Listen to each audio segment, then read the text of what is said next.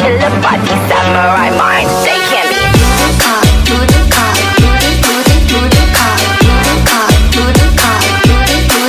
It doesn't matter. It's salat time, prayer.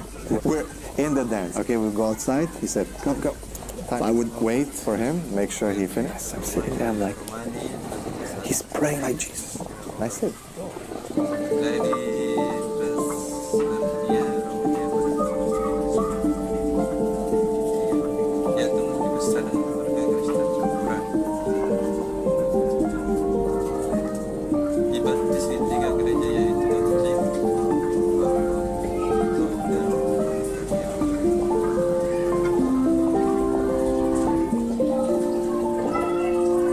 from a very young age, I was influenced in believing in God, mostly due to my grandma. And she was a very practicing Catholic, and I spent a lot of time with her. And I used to go on the way to school, stop at church, pray, take any of the kids that were walking with me to school. Like, I'd force them, you have to come pray.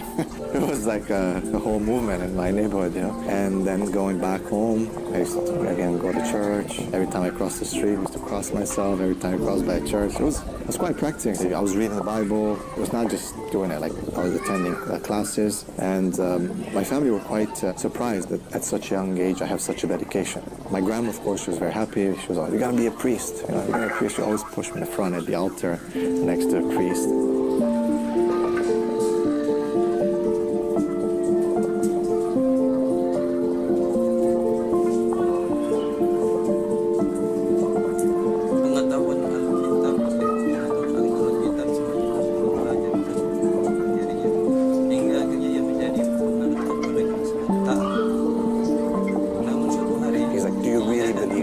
The Son of God. Like, do you really believe He's the Son? Even though I've been asked this question many times, but that one time I felt a doubt. So for the first time, I have to be honest with myself and with someone else. In my mind, I paused and I think, wait a second, like, what's going on here? Something's not right. I need to learn more.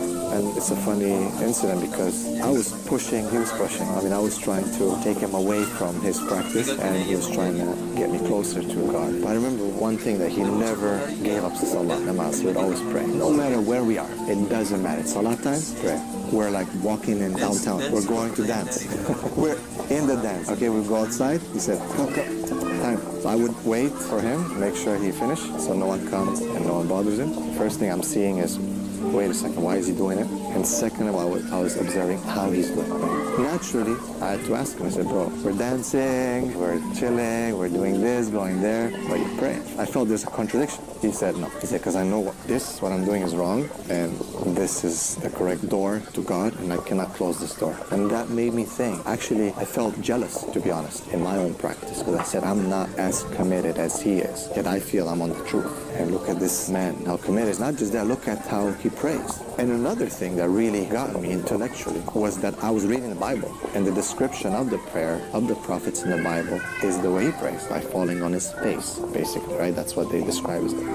It's funny because even the Romanians would make fun of the way the Turks pray, right? They say they fall on their face. But that's exactly how the Bible describes the prophets. Prophet Jesus himself in the Garden of Gethsemane, he fell on his face to pray to God. So I knew these things. So somehow, even though I've seen him, I've studied it all my life, it never connected. But this day it connected. It was a morning, Fajr time. We're in Toronto, Canada. We went to buy a car, and we were waiting outside of my dad's place. And it was Fajr time, and he was praying. I had to pour water for him. He's making wudu, and he's praying. I'm sitting there, I'm like, he's praying like Jesus. And I said, bro, like, do you know you guys pray like what's? He says, of course I know, because Jesus was a Muslim. And I was like, no, come on, what do you mean? He's a Christian. He said, no. In the worst case, that he's a Jew, right? Because ethnically, that's what they were. But there was no Christianity back then. I was like, he's right. He's right. I have to be honest. He's right. And why don't we pray like that? You don't see a priest going making sujood. I mean, there's certain sects of Christianity that still do it. So that was, again, a huge hit. A huge doubt came on me, to the point that I actually left Christianity.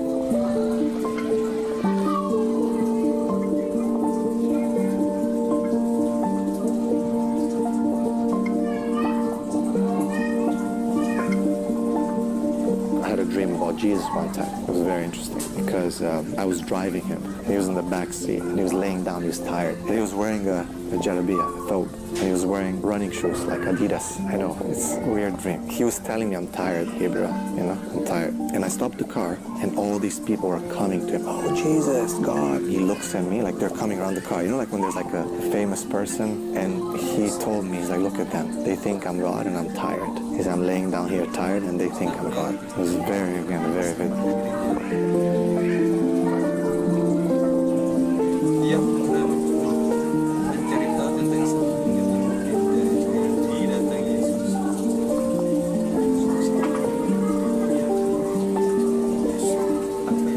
One day, and I was at the lowest, and in my mind I said, what are you waiting for? You know this is true. I went to university, and I saw my friend come over, and I said, I need you to come to my house tonight. I said, I need your help with something. So he said, are you okay? I said, you just have to come. He said, okay, no problem. It was night, and I just looked at him. I said, he said, what's wrong, bro? Are you okay? I said, I want to be a Muslim. And he said, wow. He said, I knew it. I said, what do you mean? He's like, remember that long tarawih that we prayed together? He said, in Sujud I was praying all night. This guy is looking for you. Guide him to Islam. Let him embrace Islam. And he just said, repeat after me. I already knew what I have to say. When I said my shahada, I felt that heaviness being lifted from me.